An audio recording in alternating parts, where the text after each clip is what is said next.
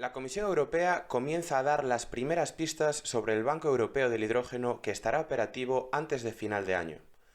Este banco ayudará a desarrollar el sector del hidrógeno renovable, no solo cubriendo la diferencia de costes con respecto al hidrógeno convencional, el gris, sino también favoreciendo la visibilidad sobre la demanda, la producción o los precios del hidrógeno. Esta iniciativa acelerará la implantación de proyectos para alcanzar los objetivos de la Unión Europea. Y hoy, precisamente, hablaremos con una de esas empresas que sabe muy bien lo que es necesario para llevar a cabo este tipo de proyectos con éxito. Yo soy Bryce Armiño. Y yo soy Javier Pollos. Bienvenidos al podcast del hidrógeno, un espacio de Atlanti, donde te ayudamos a desarrollar proyectos de hidrógeno renovable prestando servicios de consultoría, ingeniería, preparación de ayudas y formación. ¡Empezamos!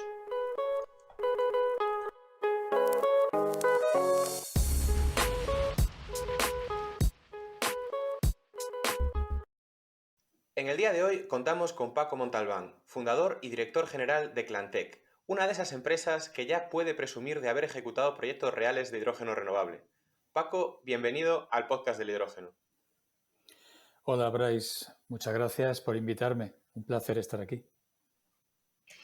Hola Paco, buenos días. Lo primero de todo, nos gustaría que te presentaras tanto a ti como a Clantec para que nuestros oyentes os puedan conocer. Gracias, Javier. Mira, yo soy químico industrial, nacido en Cartagena hace ya bastantes años. Tengo muchas canas. Vivo en Sevilla desde hace casi 30 años y desde hace muchos años, más de 20, pensando y dedicándome al hidrógeno, pensando que el hidrógeno era, iba a ser y es y será un vector energético fundamental en la transición energética actual y en la descarbonización del planeta. Me diplomé en Ingeniería Ambiental por la Escuela de Organización Industrial del Ministerio de Industria y Energía en el año 89-90. Pues ya os podéis imaginar allí lo que se estudiaba de Ingeniería Ambiental, pero bueno, fueron los inicios. Me diplomé en Alta Dirección de Empresas por el Instituto Internacional San Telmo, que depende del IES, y de hecho en el año 2010 me dieron el premio al mejor modelo de negocio, 50K, por el proyecto que es mi empresa actual, Clantec. Soy miembro de la Asociación Española de Hidrógeno desde 2010, miembro del Comité de Normalización de Tecnologías de Hidrógeno CTN 181 y supongo que sabréis que soy hoy por hoy presidente del Clúster Andaluz del Hidrógeno desde febrero del 2022. Y hablando un poco de Clantec, esa es una de las empresas que siempre han estado ahí en el sector del hidrógeno, más de 20 años de experiencia. ¿Podrías contarnos cuáles son sus orígenes y qué habéis hecho en estos últimos años? Pues sí, mira, las primeras ideas que se me vinieron a la cabeza para montar y poner en marcha Clantec fue en los años 90. Recién acabada mi formación en Ingeniería Ambiental, como te comenté antes.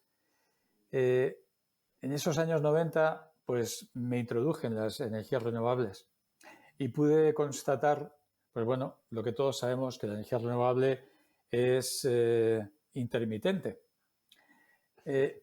Y fue en el año 90-93, después de trabajar yo en Repsol, cuando entré a formar y a poner en marcha una empresa en Sevilla, me contrataron para esto y monté una empresa centrada sobre todo en cromatografía, una empresa llamada Hewlett Packard Química, que hoy se llama Agilent Technologies, dedicada a espectrometría de masas, cromatografía de gases, etc. Y entre los muchos entrenamientos que hacíamos de forma muy asidua, en una ocasión nos dieron una charla sobre pilas de combustible e hidrógeno en movilidad con conferenciantes californianos que hablaban ya en los años 90 tardíos pues de los coches de pila de combustible que allí ya se usaban bastante, ¿eh? Y en ese momento el chip de mi cabeza cerró el círculo de las energías renovables. Dije, hombre, ahí fui consciente de que se podría soslayar esa intermitencia de la energía solar, la energía eólica, renovables, pues con el hidrógeno y acumular energía excedente de las renovables con hidrógeno. En definitiva, pues oye, el hidrógeno venía a ser el vector energético que estábamos esperando. En ese momento mi cabeza, pues a principios de los 2000, empezó a estar muy atento, estar muy pendiente de la evolución del hidrógeno y acabé montando mi empresa en el 2006, porque siempre he tenido inquietud empresarial, dada la formación que dentro de mi familia he tenido. Pues como os digo, en el 2006 pongo en marcha este proyecto que es Clantech. Pero claro, la idea era el hidrógeno, pero en ese momento no podíamos vivir del hidrógeno solamente. De manera que empecé mi aventura con una apuesta segura, dedicándome a cosas que ya conocía y en sectores que ya me conocían de bastantes años anteriores, por lo menos para poder pagar las nóminas de los pocos que empezamos en esa aventura, ¿no? Empezamos a desarrollar soluciones de generación de gases en sitio, no únicamente hidrógeno, y para la industria, para los laboratorios, en esos sectores donde mi trayectoria y a mi persona era muy conocida, tenía cierto prestigio ya. En esos años iniciales, pues vendimos muchos equipos de generación de hidrógeno, de nitrógeno, de aire sintético, para laboratorios de cromatografía, espectrometría, masas. Y para la industria en general que precisa de gases industriales para sus procesos de fabricación. En ese caso hemos vendido pues, muchas plantas de nitrógeno para la industria alimentaria, para el mundo farmacéutico, para el mundo petroquímico. En esos años pudimos desarrollar varios proyectos de hidrógeno industrial, tanto en sectores como en metalurgia, en joyería, en refrigeración de ciclos combinados, en la industria química y además en más de 19 países del mundo. De hecho, no sé si sabéis, pero tengo todavía mi empresa colombiana, Clantech SAS, que es una empresa dada de alta en Colombia, en Bogotá, No que lo puse sabía. en marcha en 2015, que hasta hoy no ha dado rentabilidad, pero espero que pronto podamos hacerlo con el hidrógeno renovable, que también en aquellas zonas pues se va a poder hacer. Y claro, en el 2000, más adelante, tuve que tomar decisiones como es convertir a esta empresa en una ingeniería para poder abordar proyectos de mayor entidad, de mayor complejidad. Y hoy por hoy pues, contabilizamos con más de 900 instalaciones y soluciones y sistemas funcionando en esos 19 países desde el 2006, habiendo adquirido una gran experiencia en muchas aplicaciones. Tenemos muchos clientes y muchos de ellos no dejan de repetir y renovar sus equipos e instalaciones con nuestro servicio. Tratamos de cuidar mucho a nuestro cliente porque además tenemos un departamento de mantenimiento muy bien formado para dar servicio y para ayudar también a la puesta en marcha de las nuevas instalaciones. Qué bien, Paco. En fin, Oye, yo hasta el tengo una 2015, pregunta.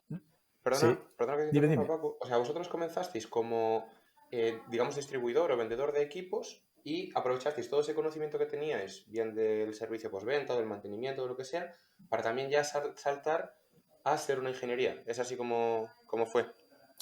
Correcto, correcto. O sea, vimos la necesidad de desarrollar soluciones más que de vender producto.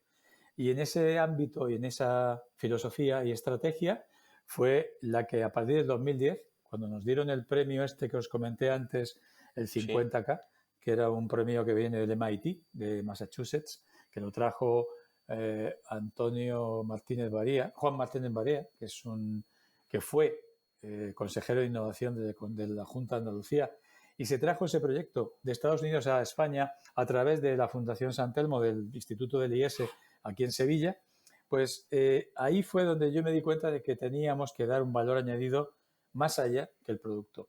Y ese valor añadido fue convertirnos en ingeniería, que es lo que hoy estamos haciendo. Ingeniería para diseñar soluciones a medida de las necesidades del cliente o de la aplicación. Fenomenal. Oye, pues ya aprovechando también que tú has tenido esta trayectoria y tu empresa ha tenido esta trayectoria, y lo has dicho muy claramente, ¿no? En el 2006 no se vivía del hidrógeno, por lo menos en España. Pero parece ser que hoy en día ya sí que se empieza a vislumbrar que, bueno, existe un futuro, ¿no? Para las empresas dedicadas al hidrógeno renovable. ¿Qué cambios has visto en el sector o qué principales cambios has visto en el sector en estos últimos años? Pues verdaderamente importantes, Bryce. Mira, por hacer un repaso, Para mí, el resumen lo diría de la siguiente manera. Yo creo que estamos pasando de la artesanía a la industria mecanizada y automatizada. A nivel de fabricantes de electrolizadores, el cambio es enorme. Eh, ya no se habla de kilovatios, de proyectos de kilovatios, como hacíamos hace 2 o 3 años solamente. 20 kilovatios, 100 kilovatios. Hoy se habla de varios megavatios. Y yo creo que ese es el gran cambio de la industria y del sector, la dimensión de los proyectos, porque verdaderamente se está requiriendo de grandes proyectos industriales que vayan sustituyendo los procesos actuales con el hidrógeno. Los procesos, quiero decir, que la industria general se pueda descarbonizar utilizando el hidrógeno como elemento primordial. La industria, además, no necesita pequeñas cantidades de utility, necesita una gran cantidad. Por eso, la dimensión. En el caso, por ejemplo, de los compresores, pues el compresorista se tiene que adaptar a utilizar el hidrógeno, igual que utiliza otros gases, tiene que adaptar su maquinaria, sus elementos, sus materiales y, sobre todo, el concepto de presión. Presiones muy altas, porque sin el hidrógeno no hay manera de darle densidad energética. Y en el caso de fabricantes de almacenamientos, de camiones de transporte, los cambios están dirigidos a ampliar sus capacidades, pues el número de pedidos que están recibiendo es muy grande y va a aumentar de forma exponencial en los próximos años, y eso exigirá pues que haya nuevos materiales que permitan hacer este almacenamiento. Luego, tuberías. Habrá que implantar y extender las tuberías que distribuyan el hidrógeno para abaratar la logística y la presencia y existencia de nuevos y más protagonistas en el tema de carriers, portadores, como es el amoníaco, que va a tener un auge importante, el metanol y otros productos que van a servir de portadores, ¿no? Básicamente, ¿no? En la industria veo eso. Luego, el cambio importante también viene dirigido por la dependencia de fuentes de energía que tiene Europa. Europa, por las circunstancias que estamos viviendo, pues todavía es muy dependiente de la energía exterior y de la importación de la energía. Pues el hidrógeno es una gran oportunidad de independencia y de aumentar nuestra independencia, y al mismo tiempo que disminuyamos las emisiones de CO2. Para mí es un cambio de época, es una revolución energética y creo que el hidrógeno como centro donde van a pivotar las demás energías renovables. Esto hoy en día parece que lo entiende todo el mundo, ¿no? Parece que no hay que hacer demasiada insistencia. Cuando tú empezaste en este sector, supongo que era todo lo contrario, ¿no? O ya había cierto interés o cierta predisposición a apoyar este vector energético. Bueno, en el 2006 no. En el 2006 yo hablaba en marciano. O sea, a mí me han mirado muchos años con cara extraña y diciendo que si se me había ido la olla, con perdón de la expresión. Yo estaba en una situación profesional muy estable y muy beneficiosa. De hecho, mi familia muchas veces no llegaba a entender por qué hice esto de paso de montar mi empresa hablando de hidrógeno con esa efusividad y convencimiento. Y bueno, pero a partir del 2014-15 es cuando yo empecé a notar un cambio hacia el hidrógeno verde. Por desgracia, ha tenido que ser un COVID y ha tenido que ser una guerra en Ucrania la que dé el pistoletazo absoluto y radical de cambio y salida hacia el hidrógeno. Así es. Totalmente.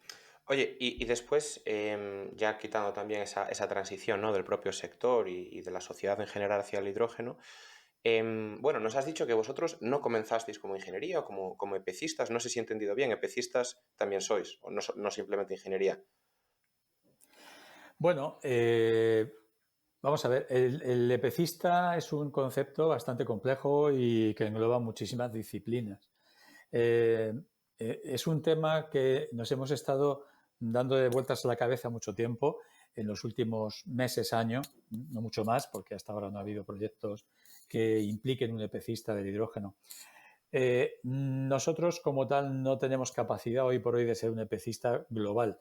Un epecista, ya sabes, requiere todas las facetas de la ingeniería civil, mecánica, procesos, eléctrico, electrónico, permitting, riesgos, puesta en marcha, garantías, etcétera, ¿no? Y sobre todo un gran potencia financiera. Es el hecho de que los proyectos ya son de megavatios, pues hace poco hacíamos un proyecto de pecista, entre comillas, que era de 100 kilovatios, 500 kilovatios, con un compresor CT para 3 autobuses, en fin, cosas que, bueno, se podían abordar. Pero ahora hablamos y vamos vislumbrando proyectos donde los EPC serán de una o varias hidrogeneras, de una planta de hidrógeno industrial para suministrar hidrógeno a una fábrica de acero o de cerámica o de amoníaco. Entonces, son varios decenas de millones para empezar. Claro. Clantec no tiene esa capacidad financiera todavía, por lo menos, ¿no? Entonces, no tenemos esa visión todavía de ser un EPCista completo. Sí que es verdad que nos gusta centrarnos en el proceso del hidrógeno, nos gusta desarrollar la ingeniería de detalle, la puesta en marcha y el mantenimiento posterior si el cliente lo desea. Lo que es en sí el suministro de la maquinaria, sobre todo la más pesada, la más importante, como puede ser el electrolizador o los compresores, la obra civil, que tampoco es nuestra especialidad. Nosotros somos ingenieros químicos, ingenieros de proceso, ingenieros eléctricos, mecánicos, pero no entramos en la parte civil, ¿no? Entonces, preferimos ir hacia la sinergia, unirnos a otros y colaborar y trabajar conjuntamente con empresas que tengan más capacidad financiera de momento y que además puedan aportarnos la parte de construcción civil que nosotros no disponemos. Que yo también, bueno, nosotros, como sabes, también participamos en estas cosas, pero desde una parte más conceptual, no de detalle, ni mucho menos. Pero si nos puedes explicar, porque ahí se ve que es donde está el gran valor añadido, ¿no? De este tipo de proyectos, en toda esa parte de ingeniería de procesos o el dimensionamiento de los equipos. ¿Qué es exactamente lo que incluye pues, esa ingeniería de un proyecto de hidrógeno? Que además hay mucho contraste con otro tipo de proyectos de energías renovables, porque aquí ya pasamos a hablar de un gas y el cuento cambia. ¿Nos puedes hablar un poco sobre eso, sobre qué se incluye en este tipo de trabajos? Por supuesto. Mira, cuando uno se plantea hacer un proyecto de hidrógeno, a diferencia, ya que lo has dicho, de una actividad de energía renovable como puede ser eólica o fotovoltaica, nosotros estamos desarrollando un proyecto de un gas inflamable, explosivo, etcétera. Y quieres fabricar un gas, almacenarlo, comprimirlo, etcétera, ¿no? Tiene una gran diferencia con respecto a un proyecto de tipo energía renovable, nada que ver. En una ingeniería de este tipo tenemos que empezar por diseñar un proceso que optimice los elementos necesarios, que dimensione y que dé respuesta a una necesidad. Entonces, no siempre los equipos y productos que tenemos en el mercado, tal como están, dan respuesta a esta necesidad. Es necesario, yo abogo muchísimo por las ingenierías, desde la conceptual básica a la de detalle. Con la conceptual, con vuestro conocimiento, como tú bien dices, pues puedes dirigir al cliente a entender qué es este negocio y cómo debe planificarse desde el punto de vista técnico e incluso desde el punto de vista económico, entendiendo cuáles son los clientes del hidrógeno, cuáles son los mercados que te pueden interesar abordar, porque para desarrollar ese proyecto lo primero que tienes que hacer, bajo mi punto de vista, es buscar clientes, buscar gente que haga que tu modelo de negocio sea rentable y a partir de ahí, con ese concepto económico y rentabilidad y con el concepto de cómo elaborar ese proyecto para dar respuesta a ese cliente, pues es cuando empiezas a diseñar.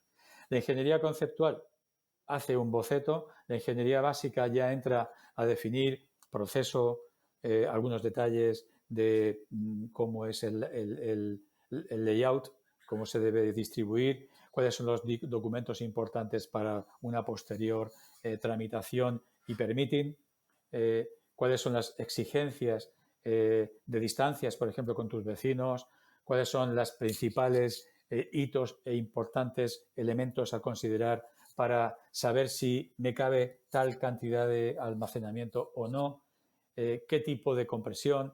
Y a partir de esos conceptos generales ya puedes entrar a, entre comillas, editar o publicar un concurso en donde ya pues demandes una ingeniería de detalle, que es el desarrollo a detalle desde el punto de vista civil, mecánico, eléctrico, electrónico, proceso, todo, análisis de riesgos para poder construir ese proyecto. Poder construirlo, ponerlo en marcha y que sea tecnológicamente fiable y que sea, sobre todo, seguro. Y luego, pues, que económicamente y a nivel de expectativa cumpla con lo que el cliente demanda. Para mí, la ingeniería en sus diferentes facetas en este tipo de proyectos es absolutamente fundamental. Y añado más, creo que la ingeniería debe ser independiente del que fabrique las cosas, porque el que fabrique las cosas va a determinar un poco la ingeniería para que encajen sus cosas. Aquel que fabrique un electrolizador, aquel que fabrique un dispensador, aquel que fabrique un compresor, almacenamientos, etcétera, tiene una visión muy particularizada hacia su producto. Bajo mi punto de vista, la ingeniería séptica, como la que nosotros queremos desarrollar, como la que vosotros desarrolláis, es una ingeniería que lo que trata es de cubrir una necesidad, y ya veremos con qué, pero de momento es cubrir una necesidad de forma segura y rentable, a ser posible, para un cliente determinado. Y ya a partir de ese momento que empezamos a diseñar es cuando determinaremos y elegiremos los elementos más adecuados para configurar esa solución. Y ya has empezado un poco, lo has comentado un poco por encima, y es que también estarás viendo que muchas de las empresas que están ahora anunciando parques o proyectos de hidrógeno vienen del mundo de las renovables, son desarrolladores solares, eólicos, y ahora cuando se han puesto a hacer proyectos de hidrógeno, pues se han dado cuenta que muchas veces poco tienen que ver, ¿no? ¿Qué puntos son los más importantes a la hora de evaluar un proyecto de hidrógeno en comparación con un proyecto renovable? Sobre todo al principio. Sí, sobre todo al principio. Mira, vamos a ver, un proyecto de hidrógeno, es verdad lo que estás comentando, nos han llegado muchas empresas del mundo renovable queriendo realizar proyectos de hidrógeno. Y a veces con cierta osadía, disculpadme la palabra y sin querer molestar a nadie, simplemente llamar la atención de que es necesario entender que, insisto, estamos hablando de un gas que no son electrones, no vendemos electrones. Es verdad que luego ese gas se puede convertir en electrones, por supuesto, pero a priori es un gas inflamable explosivo, el cual hay que fabricar, almacenar, distribuir, comprimir, etc. Hay que conocer la normativa existente de hidrógeno. Hay que conocer cuáles son los estudios de seguridad importantes y necesarios e indispensables que hay que realizar en un proyecto antes de empezar a fabricar, antes de empezar a construir, para poder tener las certezas de que estamos haciéndolo bien. Hay que entender cuál es el mercado del negocio del hidrógeno. Muchas veces se están desarrollando proyectos, ya lo venderé, o sea, voy a hacer una planta de hidrógeno y ya veré cómo lo vendo. Hombre, el montante de la inversión es muy grande como para estar tan alegremente invirtiendo sin saber exactamente hacia dónde vamos a dirigir ese hidrógeno. Pero es verdad que el hidrógeno es un negocio que le puede interesar a un promotor de renovables. ¿Por qué? Pues porque amplía su negocio, porque fabricando el hidrógeno barato y descarbonizando va a sacar más rendimiento a la instalación renovable que ellos puedan hacer. Puede incluso hacer barato el hidrógeno porque su energía es barata. Entre comillas, puede ser, la implicación del coste es la amortización de esa inversión en la energía renovable. Pero aún así hay que venderlo.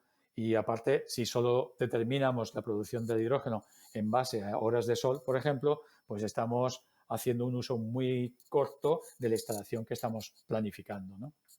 Entonces, creo que, insisto, en este proceso las empresas de renovables tienen que unirse, asociarse, acompañar su proyecto pues con una buena ingeniería que sepa algo de hidrógeno. En España hay muchas ingenierías, hay muchas empresas que pueden ayudar a muchos desarrolladores de proyectos renovables a desarrollar un proyecto de hidrógeno coherente. Y lo más importante, insisto, es que hay que hacer estudios de seguridad que avalen el proyecto y faciliten la autorización y legalización del mismo de forma rápida y cumpliendo los trámites regulatorios existentes o no. Porque si los hay existentes hay que conocerlos y aplicarlos, y si no los hay que hacer una gran cantidad de estudios de seguridad para que cuando venga industria luego a certificar el proyecto y a darnos o no el alta y la posible apertura del proyecto, pues que no haya complicaciones, que lo tengan claro, que vean que hemos ido más allá y que hemos sido muy cautelosos a la hora de hacer el análisis y la implantación de un proyecto con total seguridad. Claro, porque eso es una situación que nos estamos encontrando, ¿no? Pese a que sí que da la sensación de que si te sabes tú pues, buscar las castañas y ser capaz de, por ejemplo, hacer esos estudios de seguridad adicionales, que quizás incluso la normativa no los contempla per se, pero bueno, lógicamente cuando tengan que autorizarlo van a tener que tener todas las garantías del mundo de que eso va a funcionar. Yo, por ejemplo, pienso en la NFPA, que a veces hay que recurrir a ella, ¿no? Que no está contemplado, digamos, en la normativa española. Y esto, al final, da la sensación de que hoy en día pues ya la gente o las empresas están empezando a dar cuenta de esto, pero entiendo que en muchas ocasiones tira atrás un proyecto. Quiero decir, que se llega a la fase de ingeniería donde ya te has gastado mucho dinero, en ingeniería en detalle, quiero decir, y bueno, que ese proyecto al final pues hay que rehacerlo, bien porque no se ha hecho el HACCP o el HACCP o porque no se ha tenido en consideración toda la normativa. Yo, por ejemplo, el tema de la normativa de almacenamiento de productos químicos, ¿no? Que no contempla ese almacenamiento estacionario de hidrógeno comprimido per se. Al final, vosotros tenéis que tener muchos recursos para sortear todo esto y dar esa garantía final, ¿no? Sí, sí, sin duda, Bryce. Mira, yo creo que cuando no existe normativa, tú tienes que dar pasos por delante. Y para eso, pues ya existe en el mundo del oil and gas unas prácticas, unas buenas prácticas de años y años, en donde lo que hacemos es estudios de seguridad. Y esto no es porque sea hidrógeno, se ha hecho para todo tipo de gases, la normativa SEDESO es conocida por todos y es perfectamente aplicable y describe qué tienes que hacer con el hidrógeno y en cuanto a la acumulación de las cantidades de, en este caso, gas hidrógeno. Existen estudios HACCP, HACCP SIL, QRA, análisis de distancias, y son indispensables. O sea, el QRA y el análisis cuantitativo de riesgos no solamente te determina la instalación, te determina también la obra civil, qué tipo de muros, qué distancias, qué análisis y dimensionamiento de la resistencia mecánica de esos muros y de la obra civil para poder evitar y mitigar cualquier efecto de un accidente o de una explosión, escape de gas, lo que sea. Entonces, creo que es muy sencillo ir a lo que siempre se ha hecho en el mundo de la industria de oil and gas. No estamos inventando nada. Evidentemente, si a eso le añades el que acudas a la NFPA2, que es para mí una Biblia, o sea, el NFPA2 es una herramienta validísima para poder saber cómo tenemos que determinar el diseño de nuestra instalación de hidrógeno, unido a la 19880, si es el caso de la movilidad, o algunas otras normas de todos conocidos para poder diseñar adecuadamente una instalación de hidrógeno. No hay que inventar nada, ¿eh? O sea, ¿el hidrógeno le faltan algunas normativas? No te digo que no, pero creo que se pueden interpretar y adaptar muchas de las normativas existentes y hacer las cosas con total seguridad. Y ahí, a la hora de legalizar, no está habiendo reticencias por parte de la administración. O sea, ven que ese trabajo de ir un poco más allá es bueno y lo agradecen, supongo, porque ahí nosotros sí que no hemos visto nada todavía. Vosotros sí que ya tenéis unos cuantos proyectos en marcha. Cuéntanos un poco esa experiencia. Pues mira, tampoco te puedo decir mucho, porque nosotros no nos hemos encargado del permitting y de la legalización de nuestras infraestructuras hasta hoy ejecutadas. Siempre ha sido el cliente final con una ingeniería local bien conocedora de la administración local o regional quien se ha encargado. Pero sí te digo que, por ejemplo, en el proyecto que hicimos en Barcelona con Iberdrola, pues ahí nosotros estuvimos muy presentes cuando vinieron los inspectores e industria de la Generalitat Catalana a hacer la inspección y siendo como fueron muy cautelosos y muy pejigueros en el análisis, pues salimos muy bien parados porque hicimos muchísimos y se hicieron muchísimos estudios de seguridad, con lo cual todo fue bastante bien, todo fue muy sencillo, entre comillas, nada de esto es sencillo, pero no hubo sorpresas y aquello fluyó. Documentación sobre la mesa, estudios de seguridad bien hechos y al final pues éxito, con lo cual aquella instalación está funcionando y abierta al público o al usuario sin ningún tipo de complicaciones ni de ningún tipo de restricción por parte de las posibles inspectores y de la administración pública, lo cual es un éxito. O sea, porque además aquí no había tampoco una normativa clara, ¿no? Claro. Ahora hablaremos de los proyectos que habéis participado, que eso sí que es muy, muy interesante. Pero antes de eso, volviendo un poco a los proyectos que os llegan y las dificultades que encontráis, ¿dónde veis que están flaqueando más esas propuestas? ¿En el tema de asegurarse de la seguridad y tal, como comentábamos? ¿O algún punto más que puedas destacar? Yo lo que estoy viendo en este momento es que hay proyectos que han sido hasta subvencionados por los pioneros o por los PERTES y cuando se tienen que ejecutar pues falta algo de dinero que no se acaba de conseguir o no se contempla o no se ha contemplado y sobre todo que hay una gran inexistencia de clientes o usuarios que vayan a comprar el hidrógeno que se va a producir o el servicio que se va a dar, el off-taker. Entonces, claro, el modelo de negocio, que en el papel se presenta, sale todo magnífico, maravilloso, pero cuando se va a ejecutar, cuando hay que gastarse el dinero y hay que poner encima de la mesa billetes, pues no sale. Entonces, hay muchos proyectos de movilidad que se han planificado y que no sé si van a salir porque no hay vehículos en las calles. Entonces, habrá que hacer algo. Entonces, creo que lo que hay que hacer es ir hacia la industria, descarbonizar la industria de alguna manera, porque es donde ya el hidrógeno es existente y es necesario y se sabe que se necesita para el proceso. Lo que hay que hacer es hidrógeno verde que permita descarbonizar.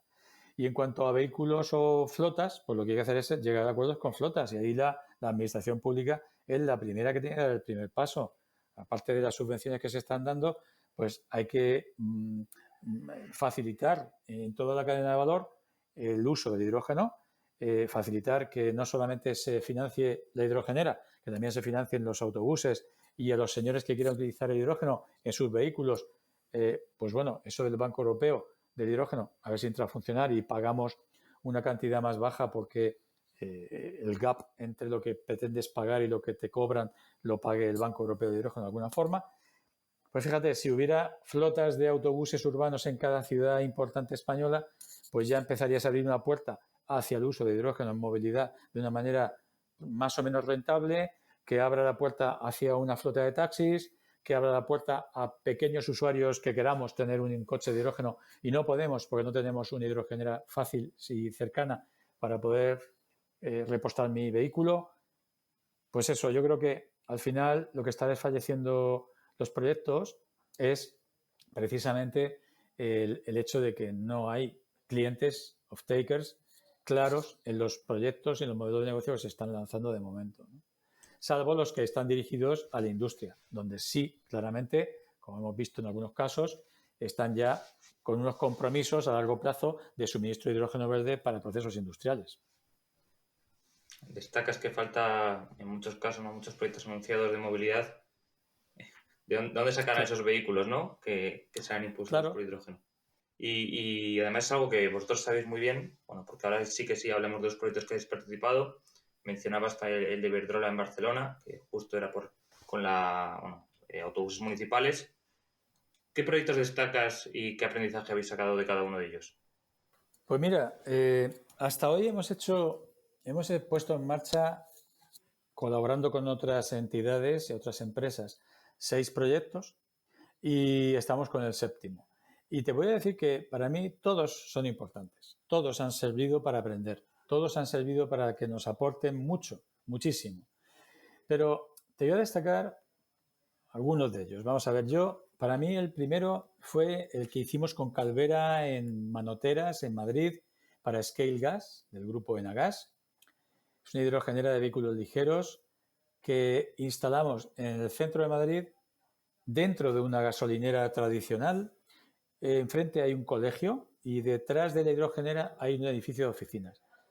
Pues mira, fue en el 2019-20 y aquello fue un verdadero suplicio y reto a nivel de seguridad. Te puedes imaginar.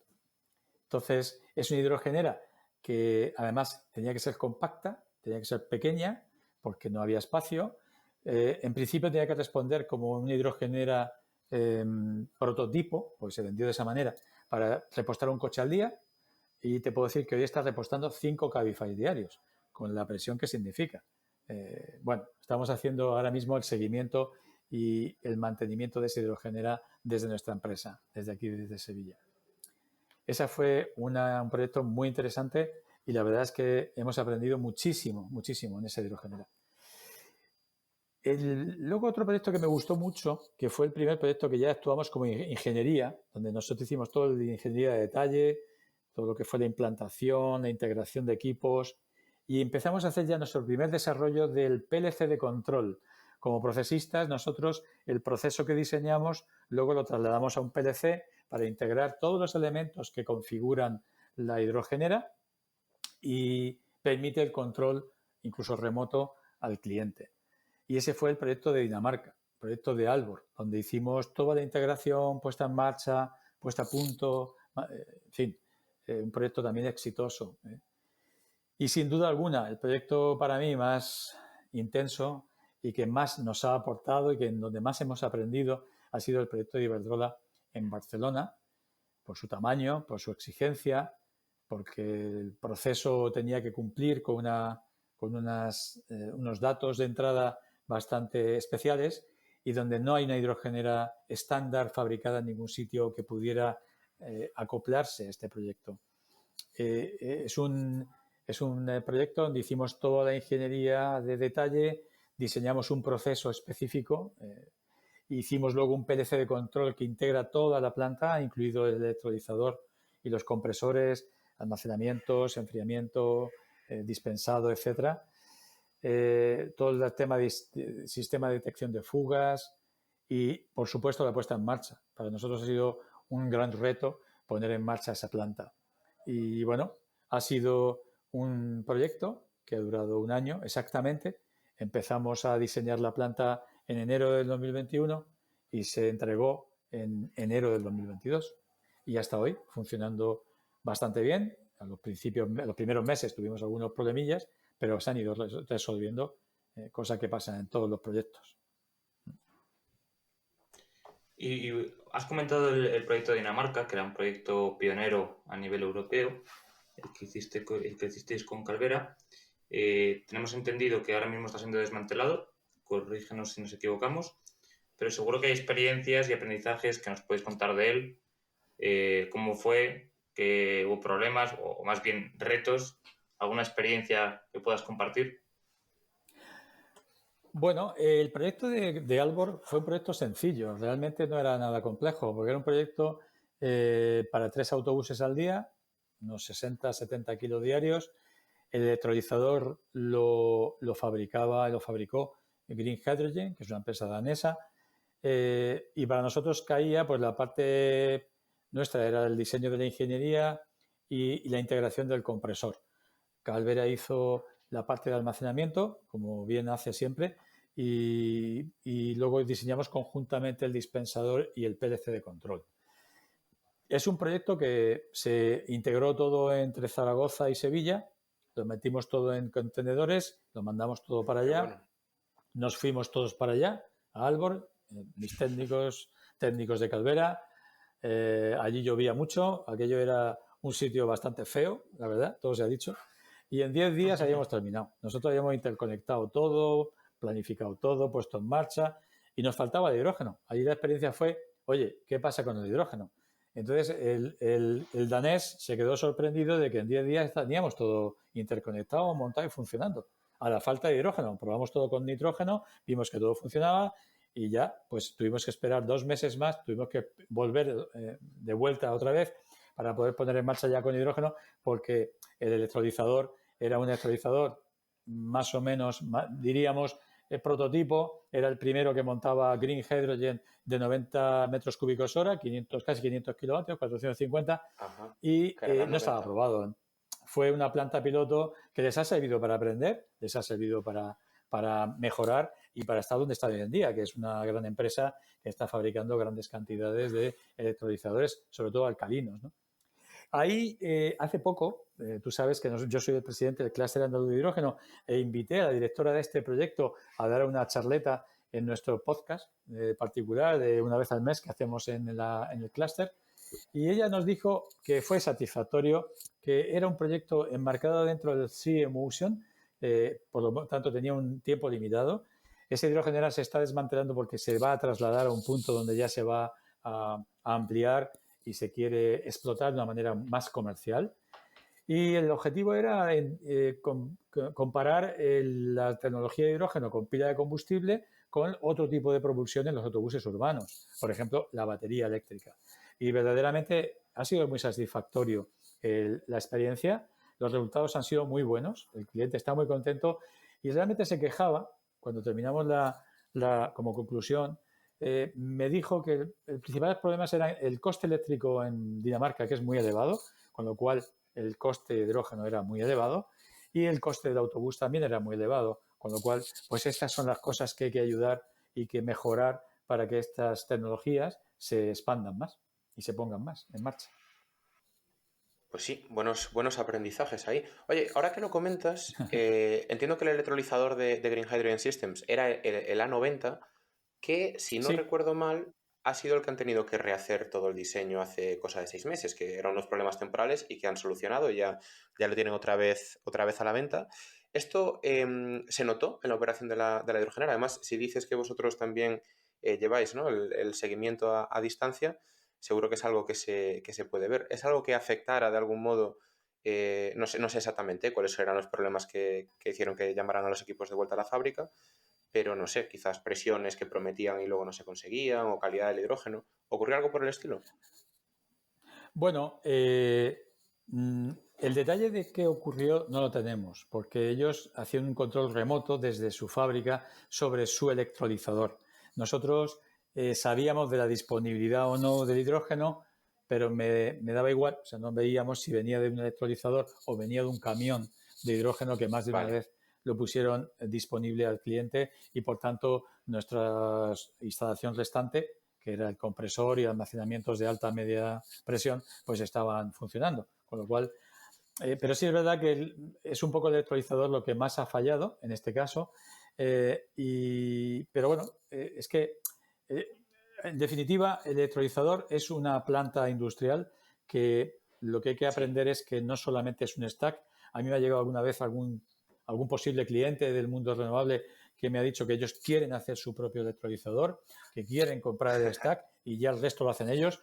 Y yo digo, bueno, pues échale dinero, tiempo y años, porque, vamos a ver, Green Hydrogen lleva años trabajando en esto.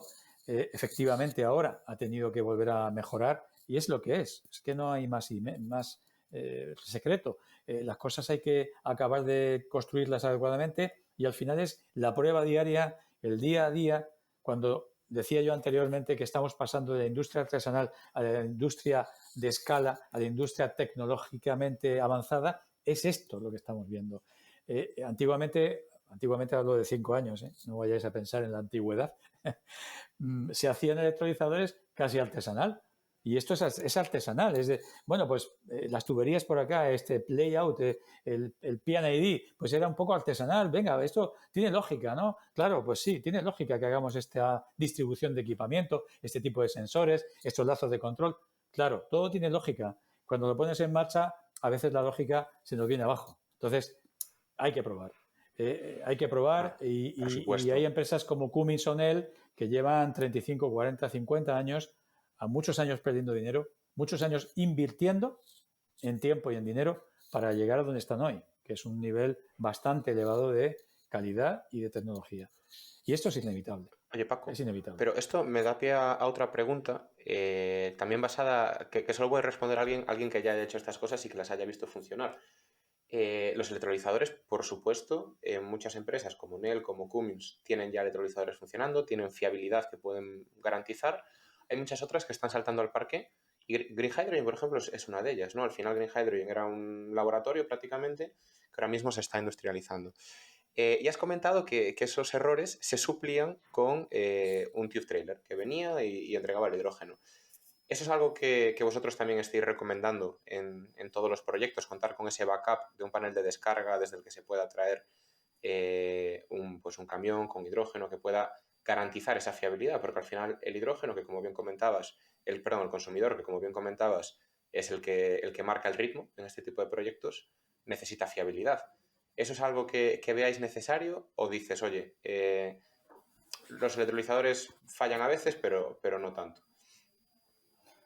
Pues mira, yo creo que hoy por hoy, para mí, el panel de tube trailer te puede servir para esto, pero yo lo aconsejo más para la dirección contraria.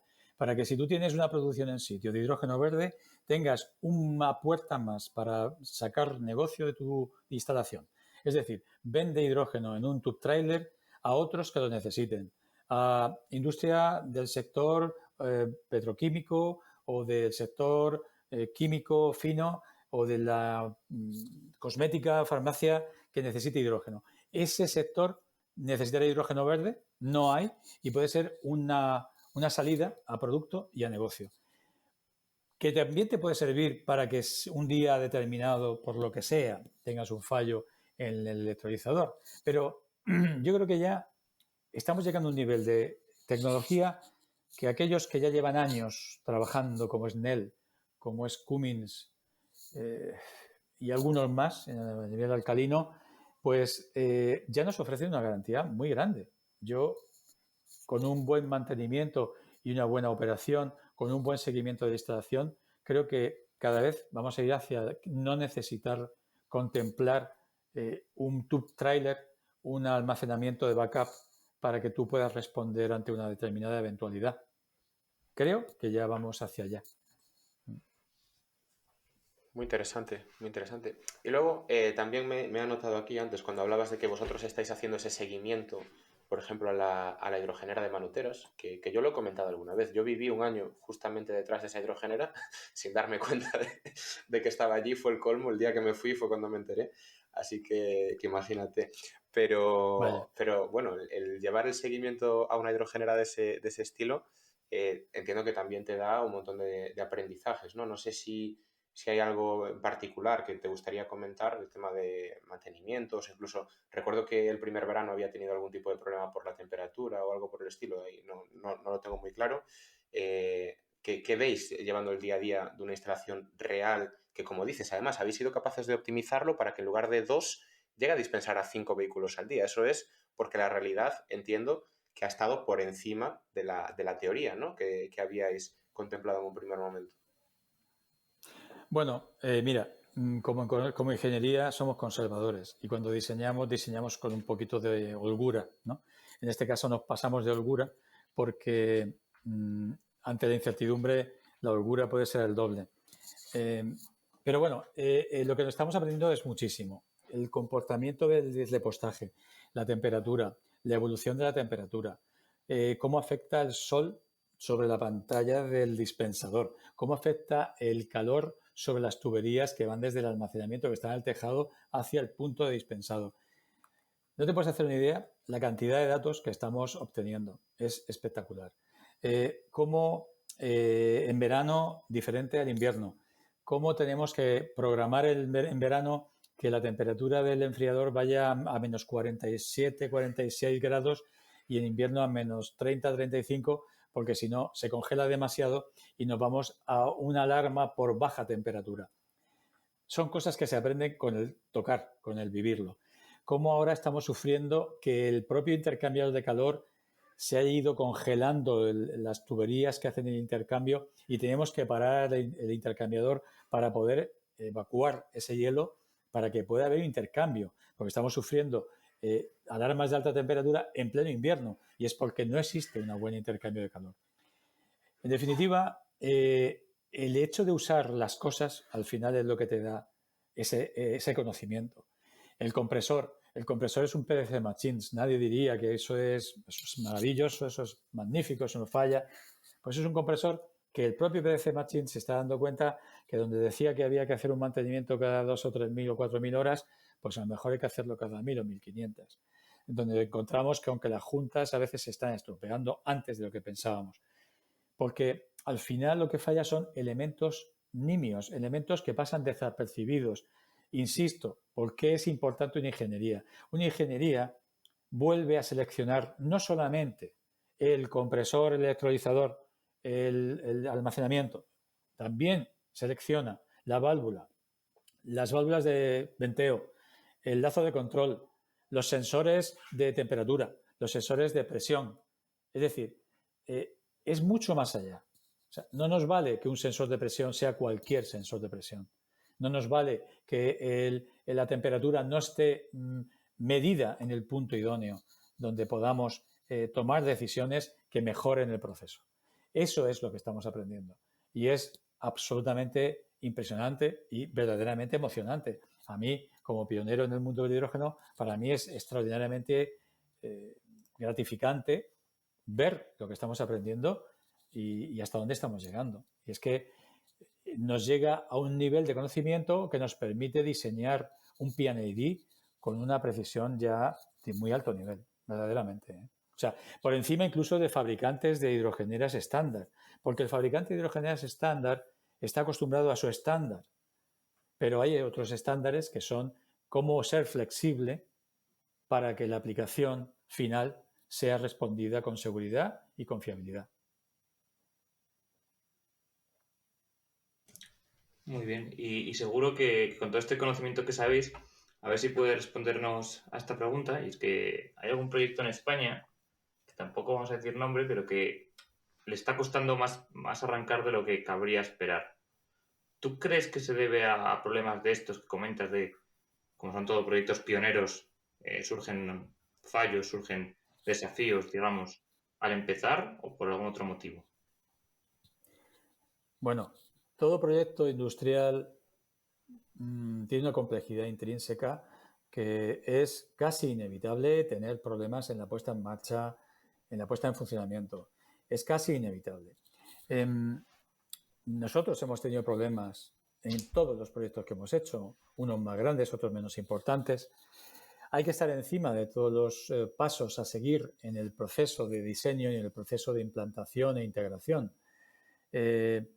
Cómo se suelda, cómo se corta, cómo se limpian las líneas. La limpieza de las líneas tiene que ser exquisita. Nosotros hemos sufrido mucho la suciedad dentro de las líneas y eso es un gravísimo problema. Todavía estamos implantando elementos que aseguren que no vayamos a tener problemas futuros en el uso de estas plantas. El problema, el futuro de todo esto nos lleva a que tenemos que abordar estos proyectos al igual que se han abordado cualquier proyecto de oil and gas. Cualquier proyecto de oil and gas, yo he vivido, por ejemplo, en Bangladesh montamos una planta de hidrógeno para refrigerar 2 ciclos combinados de técnicas reunidas y de TSK. Y ahí los problemas eran diarios, no solamente nuestros, sino de todos los compañeros que estaban allí, pues unos con los compresores de aire, otros con los sopladores, otros con las tuberías, otros con el agua desionizada. Pero bueno, lo importante es resolver, lo importante es salir adelante y tener la capacidad para resolver estos problemas. En una industria tan innovadora, en una industria tan incipiente, en donde, de nuevo, insisto, estamos pasando de la artesanía a los megavatios, es inevitable que nos vayamos a encontrar problemas. Que nadie piense que porque es quien es, no los va a tener. Todos los vamos a tener y los vamos a tener y los tenemos que resolver. Pero eso no es óbice para que esto avance. Al contrario, nos va a dar un expertise, nos va a dar un conocimiento. Cuando uno se equivoca es cuando de verdad aprende. Cuando todo sale bien, pasa desapercibido un problema inexistente o existente. Creo que no hay ningún problema en admitir que hay proyectos que pueden salir con más o menos tiempo, pero que al final saldrán. Estoy convencido. Seguro que sí, seguro que sí. Otra cosa que comentábamos antes de empezar con la grabación, Paco, fue el tema de que si ahora después de las ayudas de pioneros y las ayudas de cadena de valor, ya 2023 pase el año del hidrógeno, o los proyectos se van a desarrollar en 2024. ¿Tú crees que ya esto está lanzado? Sí, hombre, está lanzado de muchas maneras, con los pioneros, con los PERTES, con la guerra, por desgracia, pero es que es inevitable. El hidrógeno ha venido a quedarse y los proyectos van a ir saliendo. El hecho de que hayan llegado los presupuestos, se hayan caído dineros de la Unión Europea, va a ayudar enormemente. Creo que el problema ahora hay que resolver, pues eso, los off-takers, los consumidores, los clientes, de manera que los proyectos se hagan rentables o al menos cubramos gasto y una vez que abramos el kiosco empiecen a entrar más compradores aparte del que ya tengamos comprometido. Creo que estamos en un momento de transición, en un momento de acabar de conseguir el dinero que falta, acabar de definir los off-takers, pero a final de año, de este año, principio de 2024, ya van a empezar a ejecutarse muchos proyectos de los que ya se han conseguido inversiones y dineros de la Unión Europea. Genial. Y ya la última pregunta para acabar este episodio. ¿Dónde ves a Clantec en el futuro? ¿Epecista o mantendréis lo que hacéis hasta ahora?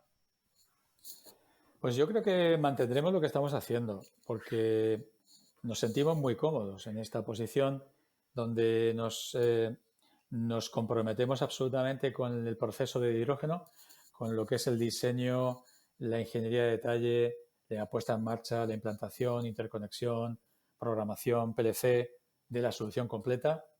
Es donde más podemos avanzar y es donde más podemos aportar. Y estamos en continuo avance, en continuo aprendizaje. De hecho, hemos vuelto a dar otra vuelta más a nuestro proceso. Queremos tender hacia la solución en donde no haya que planificar. No queremos planificar el proyecto. Es decir, uno no se plantea cuando va a una gasolinera si puedo o no repostar gasolina. Uno entra a una gasolinera con toda la certeza de que va a poder repostar. Pues hacia ahí tenemos que ir con el tema del hidrógeno.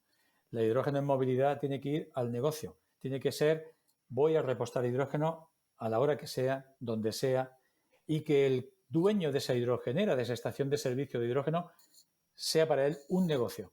Y un negocio no tiene restricciones. Para eso ya hemos dado una vuelta, como te digo, a los procesos. Tenemos claro que es el compresor el protagonista que más va a estar como centro del núcleo del proceso de repostaje de vehículos, junto con la logística. La logística tiene que abaratar el despliegue de hidrógeno, la tubería tiene que ser el protagonista de cómo me llegue el hidrógeno a la hidrogenera, o bien el hidrógeno líquido donde no se pueda, porque tenemos que aumentar la densidad energética que transportamos, y el compresor como único elemento existente prácticamente, entre comillas, en una hidrogenera, de manera que directamente podamos repostar el vehículo o los vehículos de manera multimodal, sean vehículos pesados, ligeros, trenes, ferries, lo que sea, con una única instalación centralizada de repostaje. Clantec, lo que vemos y lo que estamos experimentando es una evolución en conocimiento radical y exponencial. Ya vamos por delante, hemos desarrollado ya unas soluciones con una empresa holandesa de cómo hacer este proyecto viable y en el 2024 esperamos lanzar al mercado una solución que permita el repostaje de más de 10.000 kilos día en una sola hidrogenera. Es algo que ya se está probando a nivel técnico y que pasará a ser comercial, si todo va bien, a finales de este año. Qué barbaridad. Tiene muy buena pinta, Paco. A ganar pasta, Bryce. Es Sí que que tiene sí, que sí ser un que sí. negocio. Si esto no es un negocio, no habrá inversores en el negocio. No, totalmente, totalmente. Bueno, pues Paco, Javi lo ha dicho, era la última pregunta que teníamos para ti, así que ahora nos toca cerrar el programa simplemente dándote muchísimas las gracias por toda la disponibilidad que has tenido a la hora de venir aquí con nosotros, por tu transparencia a la hora de responder a todo lo que te hemos planteado y también, por supuesto, por lo que llevas haciendo en estos últimos 20 años, que no es más que abrir y allanar el camino para crear una industria que es muy necesaria en España, en Europa y en el mundo, porque tú lo has dicho, sois pioneros y con esta mentalidad que nos acabas de reflejar a lo largo de toda la entrevista y ya en esta última intervención, seguro que lo seguiréis siendo. Pioneros durante muchos años, llevando también el nombre de Clantec, ¿no? y estableciéndolo como un referente de lo que es el hidrógeno en España y en Europa. Así que, de nuevo, gracias. Gracias por venir al podcast. A partir de ahora ya sabes que es tu casa. Y, por supuesto, contamos contigo para próximas ocasiones en las que hablaremos bien de esos 10.000 kilos por día, pero también de seguro de muchos otros proyectos que para entonces estarán instalados y funcionando seguro. Un abrazo, Paco. Muchas gracias a vosotros, Javier, Bryce. Ha sido un placer. Quedo a vuestra disposición para cuando queráis. Todo lo que sea hidrógeno, aquí me tenéis, aquí nos tenéis para ayudaros, para aportar, para colaborar y para impulsar. Ya sabes que estamos en el clúster andaluz de hidrógeno, al cual invito a que todos los que quieran se puedan apuntar y puedan ayudar al despliegue de las tecnologías de hidrógeno y que colaboremos entre todas las comunidades españolas para que hagamos de un país con todas las oportunidades que tenemos y que las sepamos aprovechar. Muchas gracias y hasta muy pronto, cuando queráis. Gracias, Paco. Un abrazo. Un abrazo. Y hasta aquí ha llegado el episodio de hoy, en el que hemos podido contar con la presencia de Paco Montalbán, de la empresa Clantec, un profesional que ha participado en numerosos proyectos de hidrógeno renovable desde hace muchos años. Esperemos que os haya gustado y que nos acompañéis durante los próximos capítulos, ya que es mucho lo que tenemos y queremos contar. Dadle a like y suscribiros para ayudar a que este podcast crezca. Todas vuestras valoraciones serán bien recibidas en el correo elpodcastdelhidrógeno@gmail.com o en los comentarios de las principales plataformas. Un abrazo grande y hasta la próxima semana.